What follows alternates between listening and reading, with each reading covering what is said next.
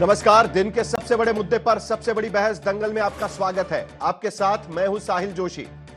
यूं तो उत्तर प्रदेश में विधानसभा चुनाव 2027 में है, लेकिन राज्य में मौजूदा सियासी हलचल को देखते हुए कहा जा रहा है कि उसकी तैयारी अभी से ही शुरू हो चुकी है।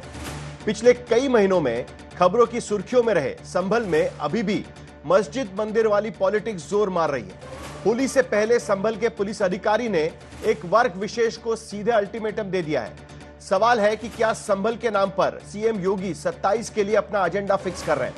क्या योगी हिंदुत्व की लौ को जलाए रखना चाहते हैं? वहां संभल से सटे मुरादाबाद में भी एक नाबालिग दलित लड़की से गैंगरेप में 4 मुस्लिम युवकों का नाम आने से सियासी बयानबाजी तेज हो गई है।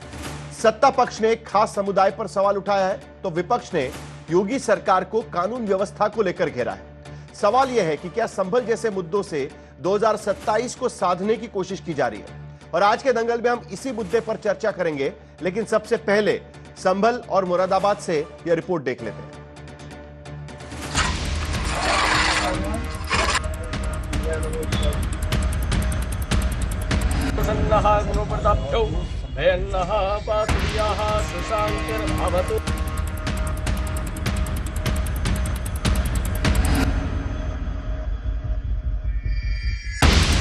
संभल में बीते साल जामा मस्जिद के सर्वे को लेकर बवाल हुआ। मजहबी जंग वाला सवाल उठा, सियासी तल्खी बढ़ी, सत्ता पक्ष और विरोधियों के बीच जुबानी लड़ाई छिड़ी और महीनों गुजरने के बाद भी न तो संभल पर संग्राम थम रहा है, न ही संभल के बहाने सियासी हमले रुक रहे हैं। ऐसे में सवाल ये है कि क्या यूपी में 2027 चुनाव से पहले संभल राजनीति की नई प्रयोगशाला बन रहा है? क्या संभल से उठी मंदिर मस्जिद वाली पॉलिटिक्स के जरिए 2027 के चुनावों का एजेंडा सेट किया जा रहा है? ये तस्वीरें संभल में बन रही नई पुलिस चौकियों की हैं, जहां बीते साल 24 नवंबर को हुई हिंसा में उपद्रवियों की ओर से फेंके गए पत्थरों का इस्तेमाल किया जा रहा है।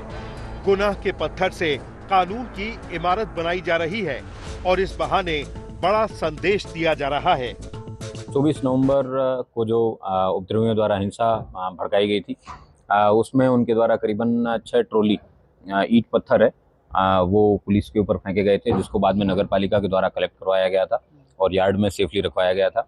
पुलिस द्वारा उन्हीं ईंट पत्थर का प्रयोग है। वो जो वर्तमान में जो नई चौकियां बन रही है, उसमें संभल के लोगों की सुरक्षा के लिए ही उन ईंट पत्थर का प्रयोग है पुलिस द्वारा किया जाएगा। उसके साथ साथ में अन्य जो शासन द्वारा प्राप्त बजट है, उसका भी उपयोग करके इन चौकियों को है पुलिस द्वारा निर्माण कराया जा रहा है। संभल हिंसा के मामले में पुलिस अब तक 80 आरोपियों की धरपकड़ कर चुकी है।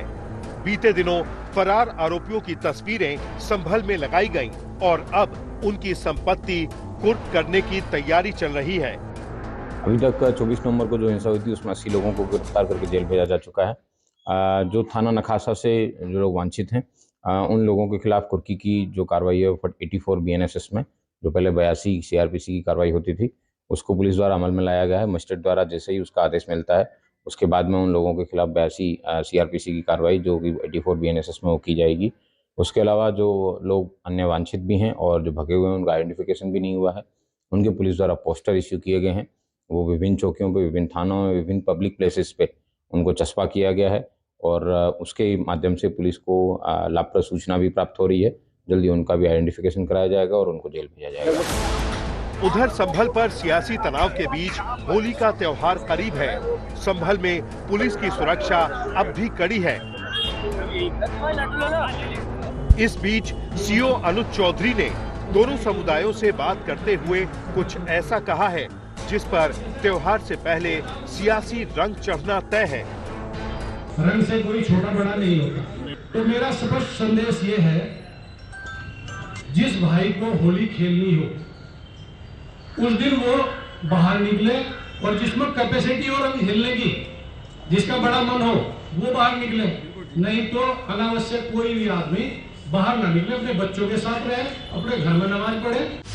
विरोधी लगातार संभल के बहाने यूपी सरकार को घेरते रहे हैं, लेकिन हर हमले के जवाब में सीएम योगी आदित्यनाथ के तेवर तल्ख हो रहे हैं। हमने तो वही कहा है कि जो हमारा है वो हमें मिल जाना चाहिए। ऐसे में चर्चा ये भी हो रही है कि क्या संभल से निकल रहे संदेशों के बहाने सीएम योगी मिशन 27 का एजेंडा सेट करने की तैयारी में है? क्या योगी हिंदुत्व की राह पर चलते हुए जीत की हैट्रिक की तैयारी कर रहे हैं? इस बीच मंगलवार को संभल की शाही जामा मस्जिद पर सुनवाई के दौरान नाम वाला विवाद भी उठा। इलाहाबाद हाईकोर्ट में इसे विवादित ढांचा लिखवाया, जिस पर मुस्लिम पक्ष की ओर से ऐतराज जताया गया। इस बीच संभल से सटे मुरादाबाद में नाबालिग दलित लड़की से गैंगरेप के बहाने विपक्ष को सूबे की कानून व्यवस्था के बहाने फिर से योगी सरकार को घेरने का मौका मिल गया है। निश्चित रूप से ऐसे दरिंदों के खिलाफ, ऐसे अमानवीय कृत्य करने वालों के खिलाफ, इस तरह के समाज के जो एक कुष्ठ हैं, कोढ़ हैं, ऐसे लोगों को पूरी तरह नेस्त नाबूद करने के लिए, कठोर कार्रवाई करने के लिए हमारी सरकार प्रतिबद्ध है। किसी भी कीमत पर जो भी उसमें घटना में शामिल लोग होंगे, जो भी दोषी होंगे, कठोरतम कार्रवाई हमारी प्रदेश सरकार कराएगी। भारतीय जनता पार्टी के मुख्यमंत्री सीना चौड़ा करके बोलते हैं कि हमारे वहाँ महिलाएं सेफ हैं, और आप लगातार इस बात को उठाते जा रहे हैं कि इस तरीके की दरिंदगी हो रही है। और मुझे लगता है कि जितने भी रेप हो रहे हैं, यहाँ पे महिला आयोग का, यहाँ पे उत्तर प्रदेश सरकार का और मुख्यमंत्री के ऊपर एक तमाचा है कि महिलाएं कितनी असुरक्षित महसूस कर रही हैं इस सरकार में। योगी सरकार कानून व्यवस्था पर सख्ती का दावा कर रही है। दूसरी ओर विपक्ष के सोशल इंजीनियरिंग के एजेंडे के खिलाफ हिंदुत्व वाले मोर्चे पर तेजी से आगे बढ़ रही है, जिसकी सबसे बड़ी तस्वीर संभल में दिखाई दे रही है। आज तक ब्यूरो। तो लोकसभा चुनाव में समाजवादी पार्टी ने 37 सीटें जीती और भारतीय जनता पार्टी ने 33 सीटें जीती। एक वक्त था 2014 और 2019 में बीजेपी की टैली में सबसे बड़ी, अगर किसी से टैली में सांसद आते थे तो वो उत्तर प्रदेश से आते थे, लेकिन इस बार के चुनाव में चीजें बदल गई। क्या संभल अब बीजेपी को ये ग्लोरी मिलवा सकता है जो 14 और 19 में उनको मिली थी? क्या संभल का मुद्दा सचमुच में एक रिलीजियस मुद्दा है, संस्कृति का मुद्दा है, या पॉलिटिकल मुद्दा? इन सारे मुद्दों पर हम चर्चा करेंगे। मामला संभल का अब थमने का नाम नहीं ले रहा है, तो क्या संभल ही 2027 में जीत दिलाएगा? बात करेंगे। हमारे साथ में शिवम त्यागी जुड़ चुके हैं भारतीय जनता पार्टी की तरफ से, मनोज काका समाजवादी पार्टी से अपनी भूमिका रखेंगे, मल्लुक नागर राष्ट्रीय लोकदल की तरफ से एनडीए के पार्टनर है, वो भी अपनी भूमिका रखेंगे, सैयद आरिफ हुसैनी एआईएमआईएम की तरफ से अपनी भूमिका रखेंगे, और आशुतोष हमारे पॉलिटिकल एनालिस्ट इस चर्चा में शामिल होंगे। शिवम त्यागी, आज का सबसे बड़ा बयान मैं देख रहा था अनुज चौधरी, अब प्रशासन भी कहने लगा है कि रंगों से अगर आपको दिक्कत है तो घर में बैठकर नमाज पढ़िए। क्या इसी तरीके से 2027 की तैयारी की जा रही है? संभल ही आपका अगली बार का मुद्दा बनेगा? क्या हम लोग ये मानकर चले कि काशी मथुरा ही नहीं तो संभल भी बाकी है? देखिए साहिल जी, मैं मानता हूं कि अनुज चौधरी ने जो बोला वो बिल्कुल सही कहा। उनकी जिम्मेदारी है, पुलिस की, प्रशासन की, सरकार की जिम्मेदारी है कि संभल में जो स्थितियां हैं वो शांतिपूर्ण रहें, वहां पर किसी तरह की कोई परेशानी ना हो। आमतौर पर आपने मुस्लिम समाज को ये कहते हुए सुना होगा, या इस बात पर देश में पहले भी कई बार जो है छोटी मोटी लड़ाइयां और फिर वो बड़ा रूप लेती हुई नजर आई कि किसी मुस्लिम भाई के ऊपर या किसी के ऊपर भी वो अगर होली का रंग गिरा तो उसके ऊपर सामाजिक तनाव हुआ। वो नहीं होना चाहिए। एक पुलिस के अधिकारी की क्या जिम्मेदारी है? वो सिर्फ इतना कह रहे हैं कि भाई अगर आपको रंगों से परहेज है, होली से परहेज है, और आपको लगता है कि उस समय कोई दिक्कत है, तो जहां पर भी ये रंग खेला जा रहा हो आप ऐसी जगहों से बचें। कोई भी सामाजिक सभ्य पुलिस ऑफिसर यही कहेगा, अनुज चौधरी ने वही कहा, इसमें क्या बुराई है? दूसरी एक और बात भी है कि उन्होंने ये भी कहा कि भाई तमाम ऐसी चीजें हैं, साथ साथ अगर हिंदू जो लोग हैं जो होली खेल रहे हैं वो भी किसी पर जबरदस्ती रंग ना डालें और इस चीज से बचें। अगर कोई भी इस तरह की चीजें करेगा तो सख्ती से कार्रवाई की जाएगी। खास तौर पर 24 नवंबर 2024 के बाद से संभल वो संभल नहीं रहा, स्थितियां बदली, समाज जागा। वहां पर खास तौर पर कोर्ट ने एक जो है सर्वे ऑर्डर किया। और मैं तो एक चीज कहना चाहता हूं कि जिस तरह की स्थितियां रही, जिस तरह से 1526 में आक्रांता दुराचारी बाबर ने वहां पर हरिहर मंदिर को गिराकर उसके ऊपर एक विवादित ढांचा बनाया, उसको लेकर विषय कोर्ट में है। और आसपास की स्थितियां जो है, मैं मानता हूं कि कहीं ना कहीं कुछ समय के लिए जरूर जो है विचलित हुई थी। उसको मेंटेन करने के लिए, उसको बेहतर करने के लिए पुलिस की जो सख्ती है वो जरूरी है। मनोज काका, आप भी इसी तरीके से देख रहे हैं इस पूरे मामले को? जो ईंट पत्थर फेंके गए थे उसी से वहां पर पुलिस चौकी बनाई जा रही है। अदालत कह रहा है अभी कि ये स्ट्रक्चर ऑफ डिस्प्यूटेड मस्जिद है, ये मस्जिद नहीं है, ये डिस्प्यूटेड स्ट्रक्चर है। आपको याद होगा अयोध्या में भी यही कहा गया था। क्या 2027 की तैयारी है आज जो कहा जा रहा है कि ठीक है इसको कानून व्यवस्था की तरह देखिए, अनुज चौधरी ने अपना काम किया हुआ है। वो दुखद है और किसी भी समाज, किसी भी प्रांत के लिए और किसी भी मुल्क के लिए, क्योंकि जिन लोगों की जान गई वो हमारे ही नागरिक हैं। जिस एक सीओ को इतना महिमा मंडन किया जा रहा है, एक जिस डिप्टी एसपी का इतना महिमा मंडन भारतीय जनता पार्टी करती है, उसके भाई भारतीय जनता पार्टी से ही 2 बार प्रमुख है, उनका राजनीतिक कनेक्शन है। तो भारतीय जनता पार्टी एक सीओ का नहीं बल्कि एक अपने राजनीतिक व्यक्ति के को बढ़ावा देने के लिए इस तरह का प्रोपोगंडा चला रही है। और कौन नहीं चाहता कि उत्तर प्रदेश में शांति रहे, और शांति क्या सिर्फ एक वर्ग को, एक अपने नागरिकों के ही एक वर्ग और समूह को धमका करके उन्हें भय में डाल करके शांति रखी जाएगी। अभी इसी उत्तर प्रदेश सरकार को देश की सर्वोच्च न्यायालय ने इसी उत्तर प्रदेश सरकार को कहा है कि इलाहाबाद में जिस एक अधिवक्ता का और 4 अन्य लोगों को आपने घर गिरा दिया, उस घर को बनवाइए। तो जो सरकार हर तरह के अन्याय को और बुलडोजरी अपने तानाशाही अहंकार को न्याय मानती हो, अब उस मुख्यमंत्री से आप अमन चैन की क्या उम्मीद कर सकते हैं, जिस मुख्यमंत्री ने इस उत्तर प्रदेश की महान सदन में, उत्तर प्रदेश की सदन में पिंटू महारा ऐसे व्यक्ति का उन्होंने प्रशंसा पत्र पढ़ दिया जो हिस्ट्री सीटर है इलाहाबाद का। तो ये इस तरह के मुख्यमंत्री जिनको उर्दू से इतनी नफरत है लेकिन कमबख्त शब्द से उनको बहुत मोहब्बत है, जो अपना जवाब भी, जिनको ये पता ही नहीं है कि हिंदी का किस तरह से प्रादुर्भाव हुआ है इस हिंदुस्तान में। हमारी समाजवादी पार्टी का ये मानना है कि हम चाहे उत्तर प्रदेश या ये मुल्क तभी आगे बढ़ेगा, ये हम सभी आगे तभी बढ़ेंगे जब हिंदू, मुस्लिम, सिख, ईसाई हम सबकी भावनाओं का ध्यान में रखते हुए और उनकी जो धार्मिक मान्यता है उसको नहीं, लेकिन अभी वो डिस्प्यूटेड स्ट्रक्चर बन चुका है। संविधान के प्रस्तावना हाईकोर्ट ने क्या कहा सुना कि नहीं आपने मनोज का कहा, निरपेक्ष मुल्क है और हम सभी को धर्म उपासना और उसकी मान्यताएं हैं उसको पूरी तरह से सरकार का दायित्व है कि सुरक्षा देना। सरकार का दायित्व यह नहीं है कि सांप्रदायिकता फैलाना। दुर्भाग्यपूर्ण है कि जो सरकार में बैठे लोग हैं वो सांप्रदायिकता फैलाते हैं। मैं मुख्यमंत्री जी से जानना चाहूंगा कि उत्तर प्रदेश शिवम त्यागी जवाब दे दीजिएगा, असुरक्षित शिवम त्यागी जवाब दे दीजिएगा। बेटी के साथ अन्याय हुआ, उस बेटी की जान चली गई, वो बिहार की बेटी है, लगातार आंदोलन आएंगे, उस पर भी आएंगे, सिर्फ बेटी के लिए उस पर भी आएंगे। मनोज काका जवाब ले लेते हैं शिवम त्यागी से। बनारस में बीएचयू के बेटी के साथ क्या हुआ, साहिल जी, उसी बनारस में, उसी इलाहाबाद में एक बिंद समाज के बेटी को 4 मनोज काका दूसरे को भी सुन लेते हैं, आपने कई मुद्दे उठाए हुए हैं आज तक। अभी मुख्यमंत्री जी ये कह रहे थे कल परसों सदन में शिवम त्यागी कि हर डिस्ट्रिक्ट में अब हर डिस्ट्रिक्ट अब अपराधियों से मुक्त हो गया। मैं जानना चाहूंगा, अरे मौका मिलेगा मनोज काका, आपको मौका मिलेगा दोबारा। मनोज काका माइक मिलने का मतलब आएगा आपके पास, जरा दूसरे को सुन लेते हैं। शिवम त्यागी बताइए, पड़ेंगे तो उत्तर प्रदेश से अपराध कम नहीं होगा। और मनोज काका थोड़ा शांत हो जाइए, अभी जरा सुन लेते हैं शिवम त्यागी को। ये भाषण थोड़ी होगा ना यहाँ पर, आपने मुद्दा रखा है, दूसरे की भी बात सुननी चाहिए ना। उनके अब हो गया, आप कितनी देर बात करेंगे? Thank you.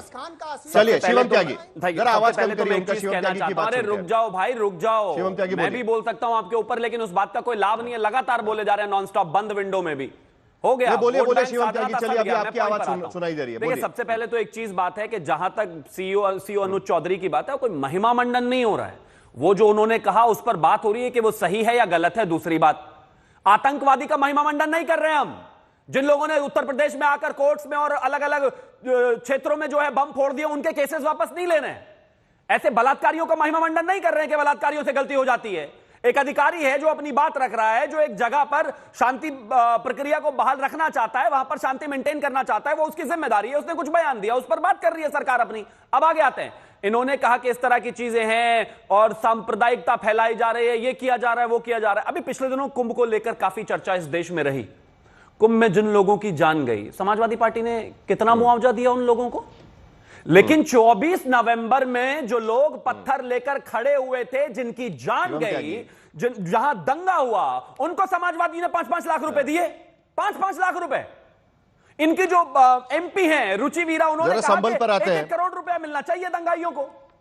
मतलब दंगाइयों को पैसे भी देंगे, सब कुछ देंगे। कितना दिया? लेकिन क्या ये कहना सही होगा क्या शिवम त्यागी? क्या ये कहना सही होगा क्या शिवम त्यागी? ये कहना सही होगा क्या कि 2027 का रास्ता संभल से होते हुए जाता है? मैंने जो शुरुआत की थी बिल्कुल सिर्फ नहीं। काशी मथुरा नहीं, संभल भी बाकी है आपके लिए। बिल्कुल नहीं, वहीं से जाएगा ना आपका रास्ता। मैं तो एक चीज कहना चाहता हूं 900 साल से एक जगह हमारे हरिहर मंदिर पर एक विवादित ढांचा बनाकर चला गया एक जाहिल मुगल, तो क्या करें, मतलब उसको बना रहने दे क्या? लेकिन फिर भी हम उसमें सांप्रदायिकता का सहारा नहीं ले रहे हैं, लड़ाई नहीं कर रहे हैं, किसी को पत्थर नहीं मार रहे हैं, जबरदस्ती वहां पर कोई वॉर रेज नहीं कर रहे हैं, कोर्ट के थ्रू जा रहे हैं। कोर्ट ने एक सर्वे ऑर्डर किया, कोर्ट ने कहा कि वहां पर सर्वे होना चाहिए, कोर्ट जो भी निर्णय देगा सर्वमान्य होगा। आरिफ हुसैनी जी, ऐसा 2027 से अदालत के रास्ते से हो रहा है। 1947 खासतौर पर 52 के बाद इस देश में कितने चुनाव हुए, आरिफ हुसैनी जी, हाँ, ये एक हिंदू जन जागरण का विषय जरूर है। मैं मानता हूं कि लोगों की आस्था है और उसका सम्मान होना चाहिए।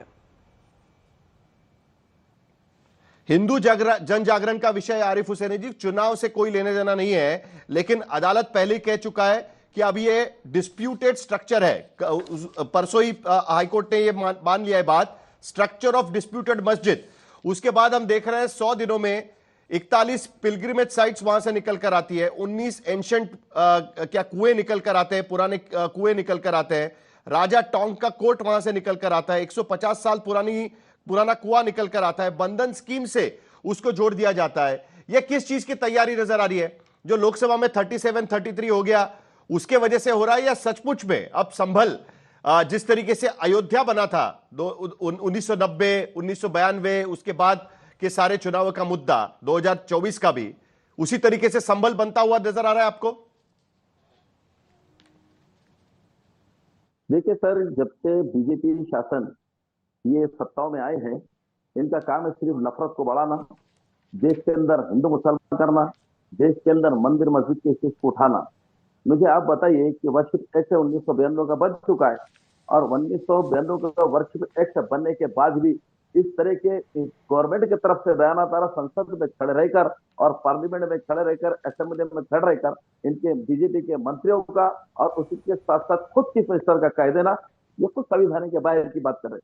बड़े दुर्दैवी की बात है कि अगर हाईकोर्ट ऐसा कर रहा है कि वहां पर जो डिस्प्यूटेड लैंड है बताइए। देखिए, एक धार्मिक स्थल वहां पर खड़ा हुआ है जहां पर इबादतें हो रही है, जहां पर एक मस्जिद है, और बीजेपी को सिर्फ काम कुछ भी नहीं रहा है। आप उत्तर प्रदेश के अंदर देखिए, विकास दुबे के वक्त में वहां पुलिस की मुखबिरी कर रही है, पुलिस को ठोक रही है। उत्तर प्रदेश का सियासी ताना बाना पूरा चरमराया हुआ है। आप देख लीजिए, माइनॉरिटीज को पूरी तरीके से हाशिए पे डाल दिया गया है, और उसकी तरीके से इतना दहशत और सरकार की तरफ से इतना आतंक मचाया जा रहा है कि एक समाज को पूरी तरीके से हाशिए पे डाल रहे हैं। इसलिए मैं कहूंगा कि और संसद ने भी और खासतौर से सुप्रीम कोर्ट ने भी ऐसा एक्ट बनाना चाहिए जो माइनॉरिटीज को प्रोटेक्शन कर सके। अब योगी आदित्यनाथ आज उनको 10 साल होने जा रहे हैं, लेकिन ये प्लेसेस ऑफ वर्शिप एक्ट के परव्यू के बाहर चला जा रहा है। ऐसा है ऐसे नहीं जा सकते सर। जो प्लेसेस ऑफ वर्शिप एक्ट के बाहर एग्जेम्पशन में चला जा रहा है। एंशिएंट मॉन्यूमेंट जो अंडर एएसआई के अंडर आता है उसके अंदर चला जा रहा है पूरा, क्योंकि आज हाईकोर्ट बोल रहा है कि ये डिस्प्यूटेड स्ट्रक्चर बन गया। नहीं जा सकता, बिल्कुल नहीं जा सकता, बिल्कुल नहीं जा सकता। वर्शिप एक्ट के अंदर खुले तौर पे कहा था कि बाबरी मस्जिद के अलावा कोई भी इश्यू हो जो 1947 से पहले धार्मिक स्तर था, उसकी वही रूपरेखा रखी जाएंगी, उसका वही मान सम्मान होगा। मुझे 10 सेकंड दीजिएगा। और इसलिए उठाया जा रहा है कि इनके पास में दिखाने को कोई काम नहीं है, जनता के पास कौन सा मुंह लेके जाएंगे, ना दलित के खिलाफ कोई काम कर मलुक नगर काम कर रहे हैं। मुझे 10 सेकंड दीजिए। आपकी पार्टी भी संभल में संभल जाएगी बीजेपी के साथ? साहिल जी 10 सेकंड दीजिए। लोकसभा चुनाव में वेस्टर्न उत्तर प्रदेश में आपके पार्टी के बदौलत परफॉर्मेंस ठीक रहा एनडीए का। अब क्या होगा यूपी में? अगले चुनाव की तैयारी संभल के रास्ते से जाएगी? जो सवाल हम शिवम त्यागी से पूछ रहे हैं वो कह रहे हैं कि नहीं, वो तो रिलीजियस मामला है, ये सारा चीज चुनाव का कोई लेना देना नहीं है। मलुक नगर नहीं, अबे बीजेपी वाले तो जाओ उनको मीठा दिखता हुआ गप ये देश दिखता हुआ तू करते, ये इनके आदत इनको रोको यार, इनको फैलाएंगे जब तक मस्जिद के नीचे। अरे रुकिए हुसैन जी, मलुक नगर जी को पूछा है सवाल। मलुक नगर, आरिफ भाई रुको, आरिफ भाई रुको। मलुक नगर रुक गए वो। मलिक नगर बोलिए, मलुक नगर बोलिए। ये देश संविधान से चलेगा, और देश में संविधान के अनुसार 3 व्यवस्था हैं, कार्यपालिका, न्यायपालिका, विधिपालिका। कार्यपालिका में अगर अनुज जी कुछ कहते हैं तो न्यायपालिका है उसके लिए, और न्यायपालिका में अगर कोई गलत तरीके से ऑर्डर आ जाता है तो उसकी एक व्यवस्था है, अगली कोर्ट फिर अगली कोर्ट। अगर वहां भी कोई बात आए तो संसद में आके संशोधन करा जा सकता है। तो हम चाहते हैं ये देश संविधान से चले और किसी के भी खिलाफ कोई भी गलत तरीके से, असंवैधानिक तरीके से कोई भी काम ना हो। पर हमको एक बात कहनी है, जो सो कॉल्ड इंडिया गठबंधन की सबसे बड़ी पार्टी कांग्रेस और उसकी सहयोगी समाजवादी पार्टी है, हम आपके टेलीविजन पर बैठ के कह रहे हैं कि अगर देश के किसी भी मुसलमान के खिलाफ कोई अत्याचार हो या गैर कानूनी काम हो तो उसकी लड़ाई हम लड़ने के लिए तैयार हैं। तो कांग्रेस और समाजवादी ये क्यों नहीं कहते कि अगर किसी हिंदू के साथ कोई असंवैधानिक काम हो तो वो भी लड़ाई लड़ने के लिए तैयार हैं। वो एक ही पक्ष में क्यों खड़े हो जाते हैं? जिस तरह वो खड़े होते हैं वो बिल्कुल सच पूछो तो वो असलियत में मुसलमानों के विरोधी हैं, क्योंकि उन चीजों को उकसा करके जो वो माहौल बनाते हैं चुनाव लड़ने के लिए, चाहे वो बंबई में अबू आजमी के द्वारा कही गई बात हो, चाहे वो 4 दिन पहले कांग्रेस के प्रवक्ता के द्वारा पाकिस्तान को जब इंडिया हरा के आया तो क्रिकेट की टीम के कप्तान के खिलाफ दिया गया बयान हो, इससे देश का माहौल खराब होता है। क्षणिक समय के लिए हो सकता है कुछ लोगों को ये अच्छा लगता हो, लेकिन लंबे समय तक के लिए ये मुसलमानों के लिए और हमारे देश के लिए ये ठीक नहीं है। और 2027 के चुनाव का साहिल जी इससे कोई लेना देना नहीं है। संभल का मुद्दा संविधान के अनुसार सुलझेगा, हमें पूरा विश्वास है। देश की सरकार और प्रदेश की सरकार साहिल जी यदि इतना ही सब कुछ अच्छा चल रहा है तो मैं इनसे जानना चाहूंगा, अगर इतना ही ये संवैधानिक मूल्यों की और धर्मनिरपेक्षता की अगर ये गुहार लगा रहे हैं कि ये धर्मनिरपेक्ष समाज के साथ खड़े हैं, तो इन्होंने योगी आदित्यनाथ जी के बयान का कब विरोध करा? उन्होंने जब योगी आदित्यनाथ जी ने इस देश के सदन में कहा कि हम हिंदी पढ़ाएंगे, हम उर्दू का खिलाफत करते हैं, हम उर्दू के बाद कठमुल्ले जैसे शब्दों का उन्होंने प्रयोग किया, क्या यह संवैधानिक और लोकतांत्रिक शब्द है? क्या इसी से हमारा लोकतंत्र और धर्मनिरपेक्षता की भावना मजबूत होती है? इसका मलूक नागर और इनके राष्ट्रीय अध्यक्ष जयंत जी जो चवन्नी छाप कहते थे कि हम चवन्नी छाप तो नहीं है कि पलट जाएं, लेकिन उन्होंने स्वयं सिद्ध किया कि चवन्नी छाप है, वो पलट गए। तो मैं इनसे जानना चाहूंगा कि आपने कितना विरोध किया? उत्तर प्रदेश के संदर्भ में जब हमारे नागरिकों की जान गई कुंभ में 28 और 29 की रात को, हमारे ही श्रद्धालु थे, मैं उनसे जानना चाहूंगा कि हम लोग तो समाजवादी लोग पार्टी के राष्ट्रीय अध्यक्ष जी लगातार ये कह रहे थे कि आप 66 करोड़ तो गिन पा रहे हैं, आपका गणितीय ज्ञान अच्छा है, लेकिन 30 से ज्यादा आप कैसे नहीं गिन पा रहे हैं? तो आप चलिए मलूक नागर जवाब दे दीजिएगा। आप ये बताइए, आप उस पर आवाज क्यों नहीं उठा रहे थे? अरे आप सुन लीजिए सांसद जी, सुनिए, इतनी व्यग्रता मैं आपकी समझ रहा हूं।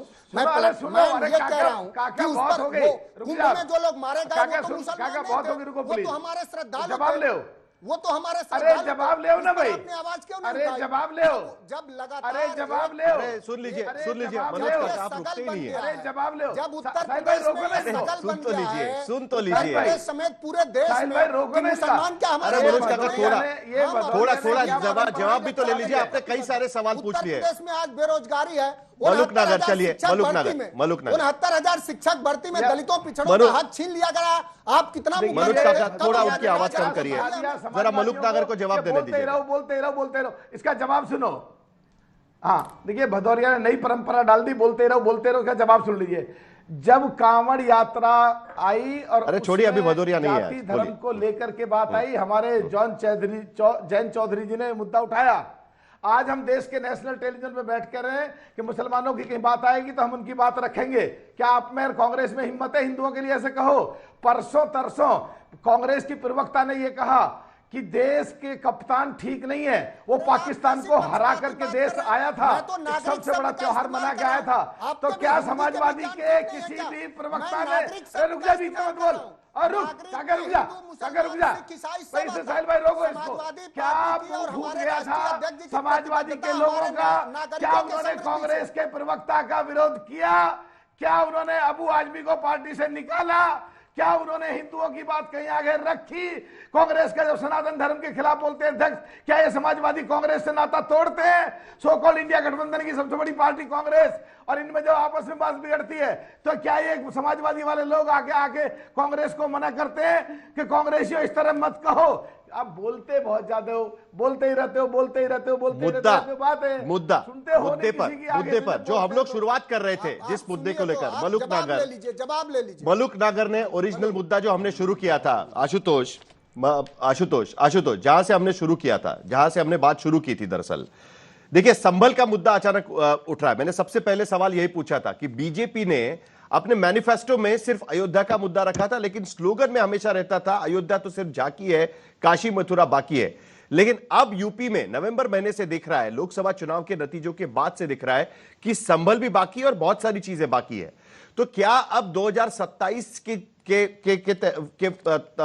तरफ जाते समय क्या संभल ही अब आगे का मुद्दा बनेगा, या संभल में वो पुल नहीं है जो अयोध्या में था, जिसके वजह से यूपी में भारतीय जनता पार्टी एक बड़ी पार्टी बन गई थी 1990 के दशक में?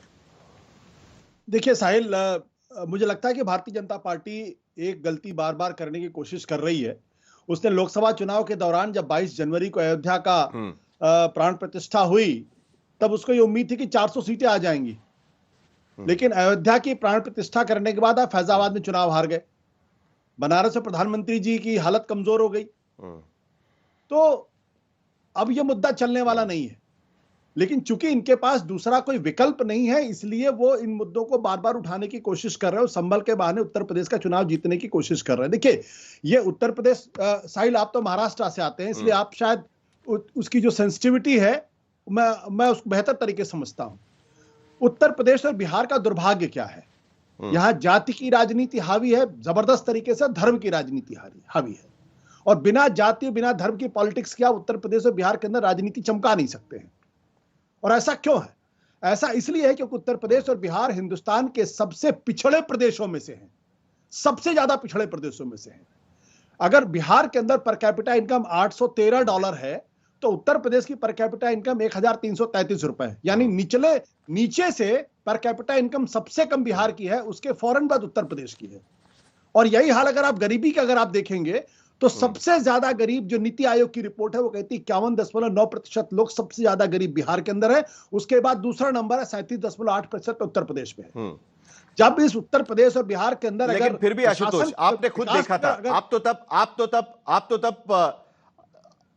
आप जमीन पर आप तो तब रिपोर्टर थे, आपने सब नजदीक से देखा था। आपको याद होगा कि रथ यात्रा जैसे जैसे बढ़ती गई 1990 के दशक में, जिस तरीके से बीजेपी का रुख बदल गया पूरी तरीके से उत्तर प्रदेश में, बीजेपी वहां पर नंबर 1 की पार्टी भी बन गई। यह सारा बदलाव हुआ क्योंकि अयोध्या का मूवमेंट पॉलिटिकल पार्टी ने उठा लिया। क्या आज की स्थिति में संभल में वो ताकत आपको नजर आती है? आप कह रहे हैं कि ठीक है 2024 में उतना फायदा नहीं हो पाया राम मंदिर बनने के बाद, लेकिन यहां तो कुछ बना नहीं है, अदालत में भी मामला चल रहा है, बाकी सारी चीजें भी चल रही है। साहिल मैं थोड़ा सा आपको करेक्ट करूंगा, माफ करिएगा आप मुझे। जब 6 दिसंबर 1992 को जब बाबरी मस्जिद ढहाई गई, उसके बाद जो 4 राज्यों को नरसिम्हा राव की सरकार ने डिसलॉज किया था, 3 राज्यों के अंदर भारतीय जनता पार्टी हारी थी। उत्तर प्रदेश के अंदर भारतीय जनता पार्टी हारी थी, और जो तब से भारतीय जनता पार्टी 2017 में आके पहली बार अपने बल पर सरकार बनाने की स्थिति में पहुंची। तो अयोध्या की वजह से या राम मंदिर की वजह से भारतीय जनता पार्टी उत्तर प्रदेश के अंदर अपने बल पर सरकार नहीं बना पाई। 2017 में अपने बल पर सरकार बनाई। दिक्कत क्या है कि आज भी उत्तर प्रदेश पिछड़ा है। यहां के सारे मुख्यमंत्री में से, योगी आदित्यनाथ की बात नहीं करता हूं, सारे मुख्यमंत्रियों ने विकास के नाम पे राजनीति नहीं की। ये लगातार उत्तर प्रदेश को पीछे खींच रहे हैं, और संभल की पॉलिटिक्स करके, अयोध्या की पॉलिटिक्स करके, जाति की पॉलिटिक्स करके ये दरअसल उत्तर प्रदेश के लोगों के साथ एक गलत काम कर रहे हैं, बेईमानी कर रहे हैं। यही कारण है कि उत्तर प्रदेश लगातार पिछड़ता जा रहा है, बिहार भी पिछड़ शिवम त्यागी, आप अगर तुलना कर लीजिए शिवम त्यागी, जवाब देना आप नहीं माने, एक 5 सेकंड और लूंगा कि क्या कारण है कि तमिलनाडु का पर कैपिटा इनकम 4323 है, तेलंगाना का 4745 है, आंध्रा का 3421 है, महाराष्ट्र का 3926 है। क्यों? वहां भी तो हिंदू रहते हैं ना, वहां भी तो धर्म का मुद्दा उठना चाहिए। लेकिन उत्तर प्रदेश और बिहार के नेता चूंकि पॉलिटिकल बैंकरप्सी है, इसलिए 50 सेकंड हो गए, ये राजनीति करना चाहते हैं, मुख्यमंत्री बनना चाहते हैं। शिवम त्यागी, देखिए सबसे पहले मैं पॉलिटिकल बैंकरप्सी, आप दोबारा उसी मुद्दे पर जा रहे हैं जिससे आपको फायदा नहीं होगा, कह रहे आशुतोष।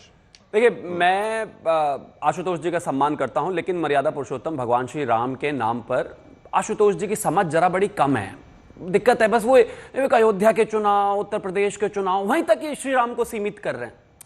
अरे डाकू रत्नाकर को नारद मुनि जी ने कहा कि आप श्री राम का नाम जपिए, उन्होंने मरा मरा मरा मरा मरा मरा जपा तो भी वो राम राम राम ही हो गया और वो फिर महर्षि वाल्मीकि हुए। एक चुनाव से देख रहे हैं, एक तरफ मीडिया और देश का तमाम विपक्ष कहता है कि हम श्री राम की मूवमेंट में 2 से 87 और 303 पर पहुंचे, आज कहते हैं श्री राम के नाम से जीतेंगे नहीं। अरे श्री राम के नाम के बिना, श्री राम के बिना पत्ता नहीं हिल सकता। ये कहता है कि नहीं वो यूपी में चुनाव नहीं जीत पाएंगे। लेकिन मैं एक चीज कहना चाहता हूं कि सिर्फ मर्यादा पुरुषोत्तम भगवान श्री राम नहीं, हम तो न्यू एजुकेशन पॉलिसी पर भी चुनाव लड़ रहे हैं। हम तो 16 IIT थे, आज 23 हो गए, उस पर भी चुनाव लड़ रहे हैं। हम तो 13 IIM थे, आज 20 हो गए, उस पर भी चुनाव लड़ रहे हैं। हम तो 8 एम्स थे, वो बढ़कर 24 हो गए, उस पर भी चुनाव लड़ रहे हैं। 11,887 से बढ़कर 14,955 हो गए IIT, हम उस पर भी चुनाव लड़ रहे हैं। ITI, तो हम तो तमाम चीजों पर चुनाव लड़ रहे हैं। हम तो वंदे भारत ट्रेन पर भी चुनाव लड़ रहे हैं। हम तो 11 किलोमीटर बनने वाली रोड को आज जो है 37 किलोमीटर बना रहे हैं, उस पर भी लड़ रहे हैं। हम तो एयरपोर्ट 64 से जो है 147 हो गए, उस पर भी चुनाव लड़ रहे हैं। लेकिन काम के साथ साथ अगर किसी देश की सांस्कृतिक विरासत निकल कर आ रही है और कोर्ट के माध्यम से उस देश की 140 करोड़ जनता चाहती है कि उसका निस्तारण हो, तो उसको जबरदस्ती चुनाव में मत फंसाइए। चुनाव अभी भी 1952 के बाद बहुत हो चुके हैं और 2025 के बाद बहुत होंगे। और अब एक चीज और, इस बीच देखिए खबर भी आ रही है, दे दीजिए 10 सेकंड और, जिस चीज को लेकर अनुज चौधरी ने, एक मिनट जरा, एक खबर दिखा देते हैं, उसी पर बात करेंगे ना। अनुज चौधरी अभी बोल रहे थे कि घर में बैठ के आप नमाज पढ़ो, उसकी जरूरत शायद नहीं पड़ेगी, क्योंकि देखिए लखनऊ में इस्लामिक सेंटर ऑफ इंडिया फिरंगी महल ने 14 मार्च को एक एडवाइजरी जारी कर दी है। उन्होंने कहा है कि होली के दिन ही नमाज है, जुम्मा है उस दिन, तो 14 मार्च को अब 12:45 बजे जो नॉर्मली नमाज होती थी उसका समय ही बदल दिया उन्होंने, 2 बजे का कर दिया। तो अभी घर बैठकर नमाज शायद नहीं पढ़ना पड़ेगा, 2 बजे का समय कर दिया है, तब तक शायद होली का सेलिब्रेशन खत्म हो, आकर बाहर नमाज पढ़ा जा सके। शिवम त्यागी आपकी बात खत्म करिए, उसके बाद आशुतोष जवाब देंगे। Thank you. दूसरा मैं एक चीज और कहना चाहता हूं कि एक तो जो ये हमारे बैरिस्टर साहब हैं, उनके जो छोटे बैरिस्टर आरिफ कुरैशी यहां पर बैठे हैं, उनको मैं सिर्फ यही कहना चाहता हूं कि प्लेसेस ऑफ वर्शिप एक्ट 1991 के तहत ये नहीं आता। जबरदस्ती पता ना हो, नाम भर के अगर छोटे बैरिस्टर हो तो कम से कम एंकर से बहस नहीं करनी चाहिए भाई। Ancient monument and archaeological sites and remains 1958 के सेक्शन 4/3/A के तहत ये साइट आती है। जबरदस्ती का फर्जी का ऐसे ही मतलब बैरिस्टर बने मत घूमो। मैं सरकार से कोर्ट से ज्यादा अगर जानते हो तो जाओ कोर्ट में। आपको नहीं, जब इन सब चीज, ये ASI प्रोटेक्टेड मॉन्यूमेंट है भाई, और अब तो काय का मॉन्यूमेंट विवादित ढांचा है, विवादित ढांचा है। अरे एक जाहिल मुगल ने एक आकर मंदिर को गिराकर जो है उसके ऊपर एक विवादित ढांचा बना दिया, उसको लेकर विषय कोर्ट में। ये बहस तो होगी, वर्शिप एक्ट के अंडर आएगा या एग्जम्पशन में जाएगा, ये बहस एक अलग से होगी। लेकिन जरा आशुतोष से जवाब ले लेते हैं। आशुतोष देखिए, वो तो कह रहे हैं कि सिर्फ वही मुद्दा नहीं है, वो तो कल्चरल मुद्दा है हमारे लिए, और ये भी कह रहे हैं कि अयोध्या का फायदा तो बीजेपी को हुआ था, नंबर तो बढ़ गए थे उनके।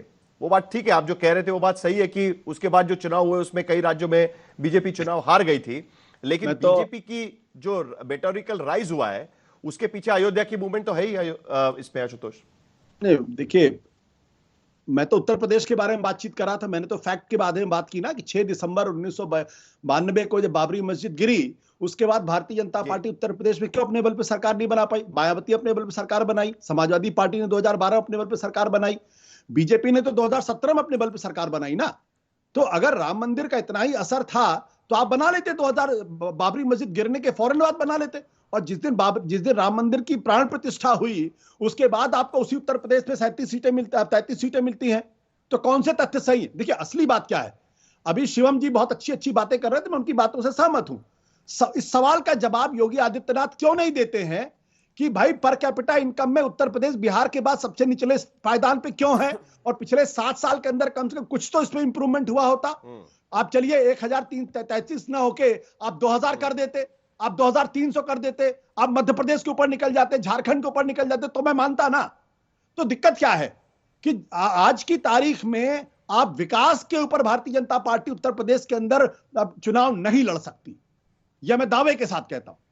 और चूंकि नहीं लड़ सकती इसलिए वो कहेंगे हमने 5 IIT पर नहीं लड़ सकती, इसके लिए संभल है। मैं IIT की बात ही नहीं कर रहा, मैं कह रहा हूं भाई हर आदमी को पर कैपिटा इनकम का मतलब क्या होता है, हर व्यक्ति की आय महीने में कितनी होती है, उसमें इजाफा नहीं हो रहा, वो हिंदुस्तान में सबसे निचले स्तर पर है। और आप आईआईटी की बात करें तमाम नहीं तो अरे भाई सब बनाइए, शिवम आदमी की आय तो बढ़ाइए, इसका जवाब दे दीजिएगा। वो तो आशुतोष ये कहने की कोशिश कर रहे हैं कि विकास पर बात नहीं हो सकती, इसके लिए संभल निकलता है।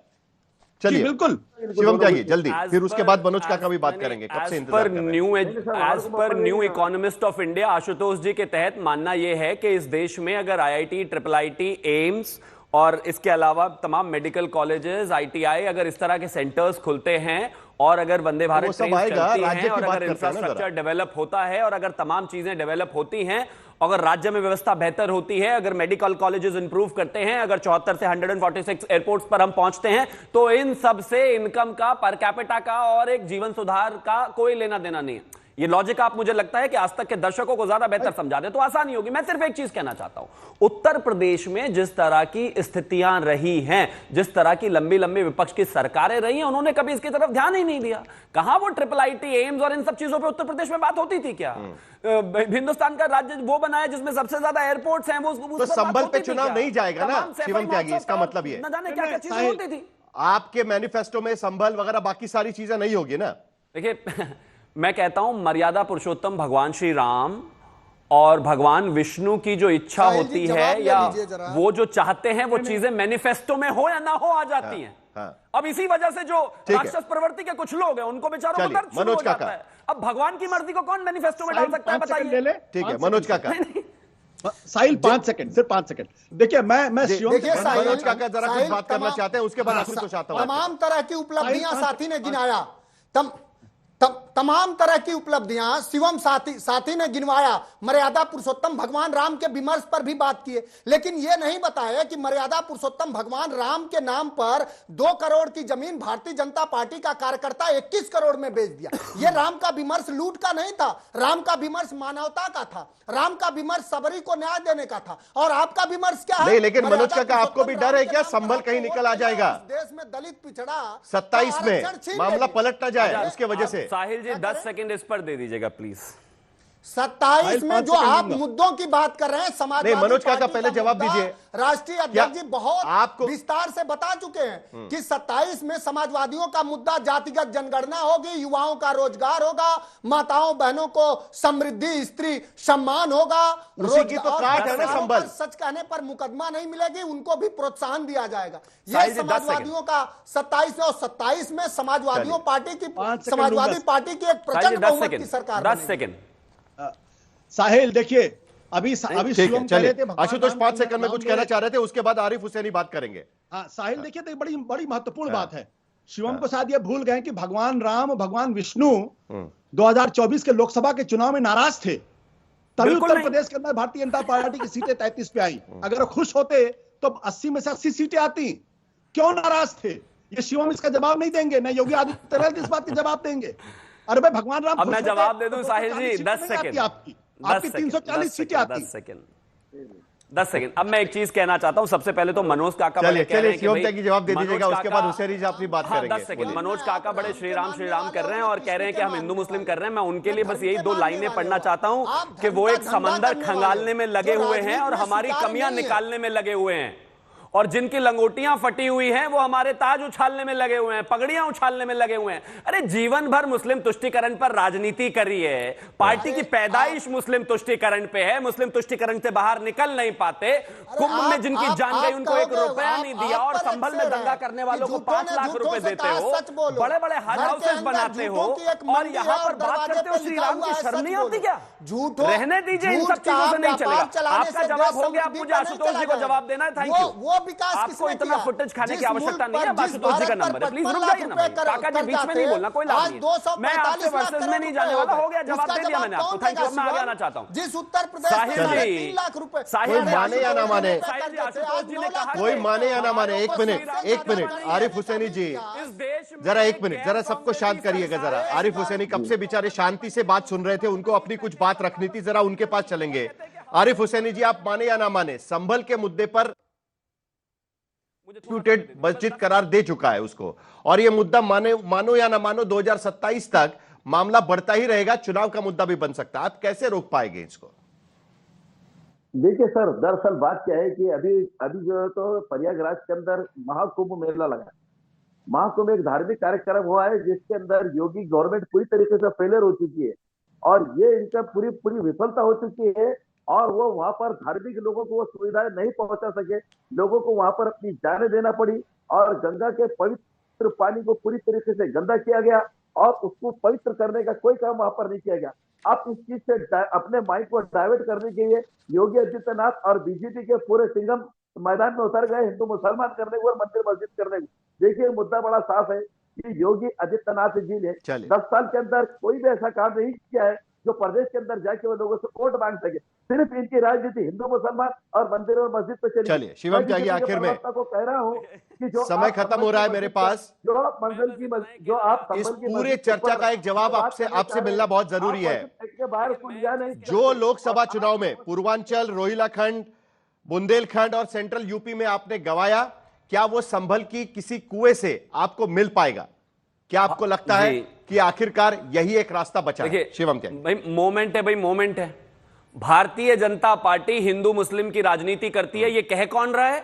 जिसकी पार्टी का नाम ऑल इंडिया मजलिसे इत्तेहादुल मुस्लिमीन है।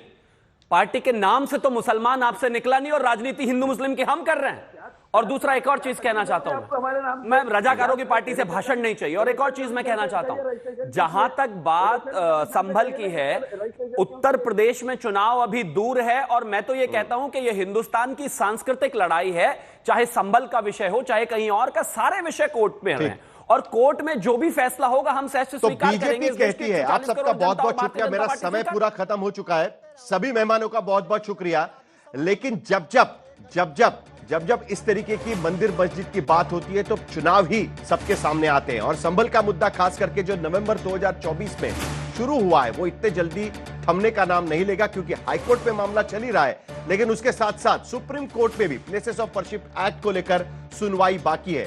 तो जब यह सुनवाई होगी, संभल का मुद्दा एक बार फिर निकलकर सामने आएगा। 2027 के लिए अभी वक्त है, लेकिन उसकी शुरुआत कहीं ना कहीं नवंबर 2024 में हो चुकी है क्या, इस पर नजर रखना बहुत जरूरी होगा।